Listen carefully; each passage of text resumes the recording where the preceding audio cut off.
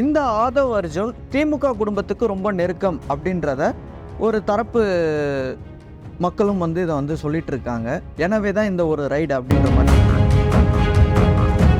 கிட்டத்தட்ட இவருக்கு பினாமி ஆஃபீஸே வந்து பல நூற்றுக்கணக்கான ஆஃபீஸ் இருக்குன்றாங்க. அது இல்லாமல் மருத்துவக் கல்லூரி இருக்குன்றாங்க, ஹாஸ்பிட்டல் இருக்குன்றாங்க, ஐடி கம்பெனி அது இதுன்றாங்க. இது போன்ற இடங்கள்லாம் வந்து ஒரு ரைடு பண்ணோன்னா மிகப்பெரிய வந்து ஒரு ஃபோர்ஸ் தேவைப்படும் அப்படின்றதுக்காக இந்த சிஏஎஸ்எஃப் இந்த அதிகாரிகளை வச்சு நடத்தியிருக்காங்க ஒரு ரைடு.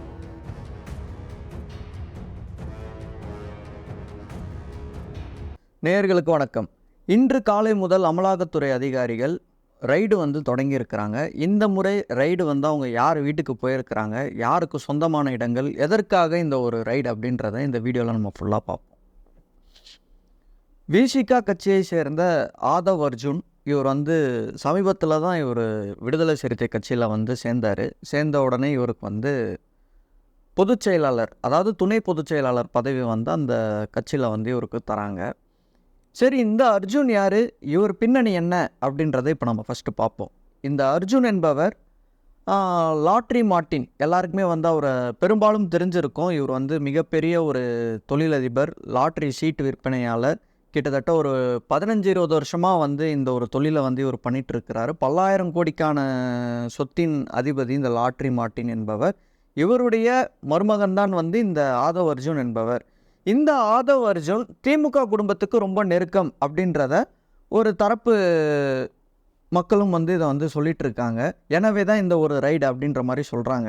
சரி, இன்னைக்கு காலையிலேருந்து இந்த ரைடு எங்கே நடக்குது அப்படின்னா, ஆழ்வார்பேட்டையில் உள்ள ஆதவ் அர்ஜுன் அவருடைய வீட்டில் மற்றும் அவருக்கு சொந்தமான பல இடங்கள் மற்றும் பினாமி அலுவலகம் இது போன்ற இடங்களில் வந்து இந்த ரைடு ஒன்று நடந்துகிட்ருக்கு. நீங்கள் எல்லாம் யோசிக்கலாம், இன்னும் தேர்தலுக்கு 1 மாதம் தான் இருக்குது. அப்படி இருக்கும் போது எதுக்காக இந்த ஒரு ரைடு அப்படின்றது நீங்கள் யோசிக்கிற மாதிரி தான் பலரும் வந்து இன்றைக்கி ஒரு கேள்வியாக கேட்டுட்ருக்காங்க. இது பாஜகவுடைய பழிவாங்கும் செயல், விசிக கட்சியை முடக்கணும் அப்படின்றதுக்காக இந்த ஒரு வேலையை பார்க்குறாங்க அப்படின்ற மாதிரிலாம் ஒரு தரப்பு பேசினாலும், இன்னொரு தரப்பு என்ன சொல்கிறாங்கன்னா, திமுகவுக்கு யார் யாரெல்லாம் வந்து ஃபண்டிங் கொடுப்பாங்க தேர்தல் சமயத்தில் அப்படின்றத முன்கூட்டியே அமலாக்கத்துறை முதற்கொண்டு மத்தியில் இருக்கக்கூடிய முக்கிய நிர்வாகிகள் எல்லாரும் ஆலோசனை பண்ணி தான் ஒரு ரைடாக வந்து இவங்க ஆர்கனைஸ் பண்ணுறாங்க அப்படின்ற மாதிரி ஒரு தரப்பு மக்களும் வந்து இதை பேசிகிட்டு இருக்காங்க. சரி, ஆழ்வார்பேட்டையில் இன்றைக்கி காலையிலேருந்து ரைடு நடத்துகிறாங்க. இந்த ரைடுடைய அப்டேட் என்ன அப்படின்னா, ரைடு மார்னிங் தான் ஸ்டார்ட் ஆகிருக்கு. இப்போ தான் வந்து சர்ச் எல்லாமே பண்ணிகிட்ருக்குறாங்க. ஒரு சில ஆவணங்கள்லாம் வந்து கைப்பற்றி இருக்கும் அப்படின்ற மாதிரி ஒரு சில தகவல் மட்டும் நமக்கு வந்திருக்கு.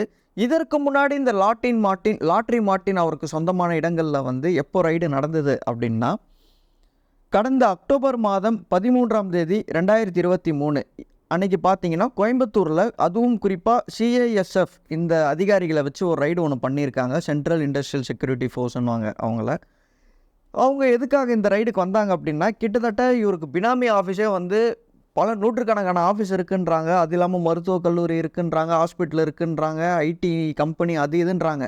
இது போன்ற இடங்கள்லாம் வந்து ஒரு ரைடு பண்ணோன்னா மிகப்பெரிய வந்து ஒரு ஃபோர்ஸ் தேவைப்படும் அப்படின்றதுக்காக இந்த சிஏஎஸ்எஃப் இந்த அதிகாரிகளை வச்சு நடத்தியிருக்காங்க ஒரு ரைடு.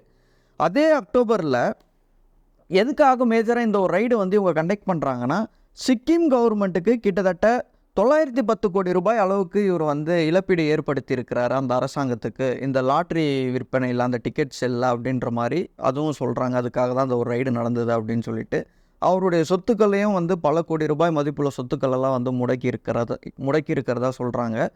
மேலும் திமுக தரப்புலேருந்து எல்லாரும் என்ன சொல்கிறாங்கன்னா, இது தேர்தல் சமயம், அதனால் வந்து பாஜக வந்து எங்களை அப்பட்டமாக வந்து பழி வாங்குறாங்க அப்படின்றது ஒரு தரப்பு அவங்க சொன்னாலும், வெளியிலேருந்து பார்க்கக்கூடிய பத்திரிகையாளர்கள் சிலர் என்ன சொல்கிறாங்கன்னா, சமீபத்தில் தான் வந்து இந்த அமலாக்கத்துறை அவங்களுடைய ரைடு வந்து திமுகவை சேர்ந்த முக்கிய நிர்வாகிகளை வந்து டார்கெட் பண்ணி பண்ணுறாங்க. அதில் குறிப்பாக வந்து ஜெகத் ரட்சகன் அவர்களாக இருக்கட்டும், அமைச்சர் ஏவாவேலு அவர்களாக இருக்கட்டும், இவருடைய இடங்கள்லாம் வந்து ரைடு நடத்தினாங்க. எதுக்காக இந்த ஒரு ரைடு அப்படின்னா, இது வந்து அச்சுறுத்துறாங்க, தேர்தல் சமயத்தில் வந்து இவங்க தான் மேஜராக வந்து ஃபண்டு எடுத்து எலெக்ஷனுக்கு செலவு பண்ணுவாங்க அப்படின்றதுக்காக இவங்களெல்லாம் முடக்கணும் அப்படின்ற நோக்கத்தில் தான் வந்து அந்த ஒரு ரைடு நடந்தது அப்படின்றாங்க.